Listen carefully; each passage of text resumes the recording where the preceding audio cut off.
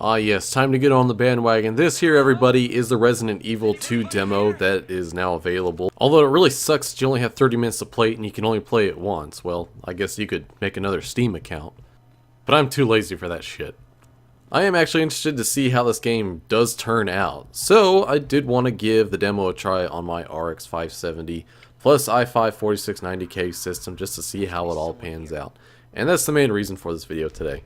Now thankfully Capcom is targeting 60 FPS on the console versions of this game, which means that the PC version doesn't really take very great hardware to run, not just run, but run well. But when all you're doing is rendering very relatively small corridors like this, you can put a lot of rendering horsepower into small minute details.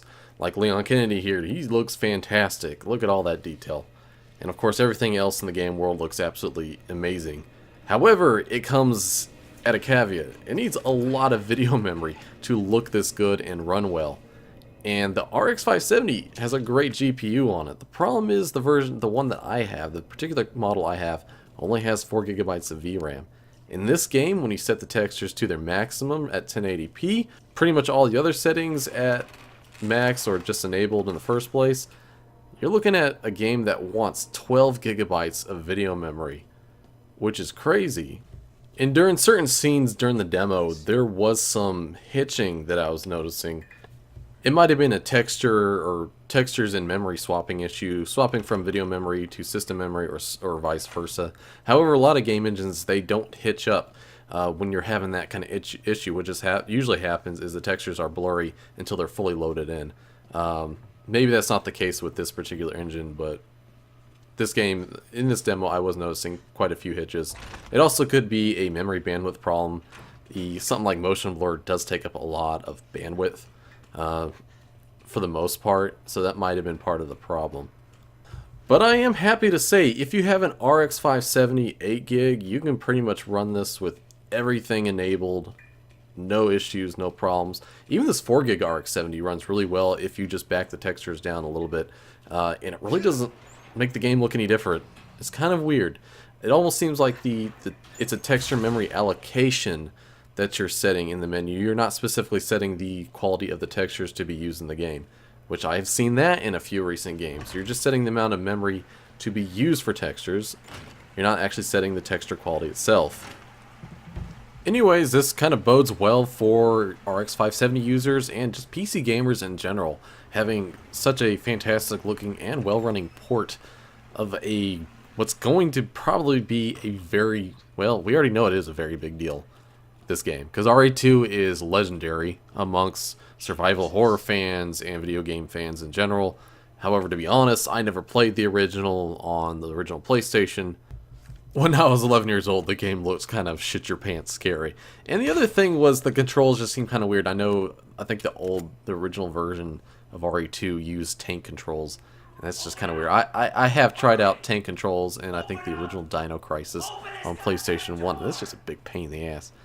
If I decide to pick up RE2, it'll be my first time really playing through this story. I'm not exactly familiar with the entire Resident Evil lore. The only Resident Evil game that I've played, like, you know, a decent amount. Actually, I played through it a few times, was Resident Evil 4 on the GameCube. With a pretty badass game. Obviously, this game is based on the RE4 style of gameplay versus the original rendered background with polygonal characters displayed over. Jesus Christ, those entrails look amazing.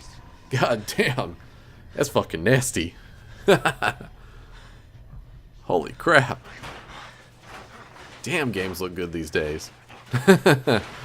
But anyways, yeah, RE4 is really the only Resident Evil game I ever played. And,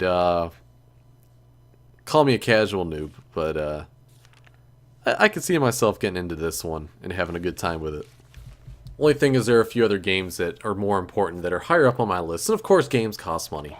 Even though we only have 30 minutes to play this demo, I am still thankful that Capcom at least put it out, because it gives all us PC owners a chance to actually see how this game runs on our systems before we find out maybe the hard way that it runs like absolute crap. And of course gives us a chance to see how the actual game plays and feels and etc, etc. It's just too bad I won't have a chance to see how my RX 550 plays this demo. Yes, I still have it, but of course it's not in my PC. I got an RX 570 a few months ago. And the RX 570 is just like even the 4 gig version, is just a fantastic, like really good value for a 1080p gaming video card. I do wish I had more video memory, but other than that, I've been really satisfied with it. Runs War Thunder really great. Runs really awesome. It runs this demo really well. It runs pretty much any game I throw it at really well, with the exception of Assassin's Creed Odyssey, which came for free with that, by the way. But I'm not a huge Assassin's Creed fan. I don't really care for the games that much. But it was fun giving it a try and just seeing how it all went. Anyways, I'm just going to shut up here and I'll let you enjoy the last little snippets of gameplay. And y'all have a good one as always.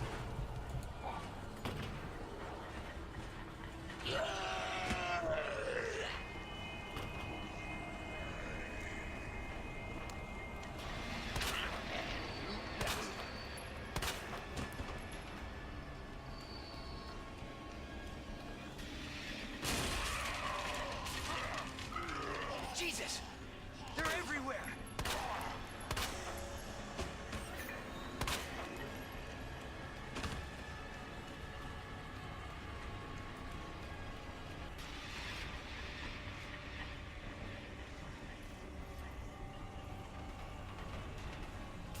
Come on.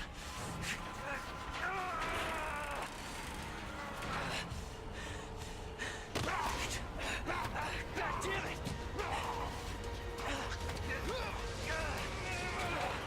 Watch out!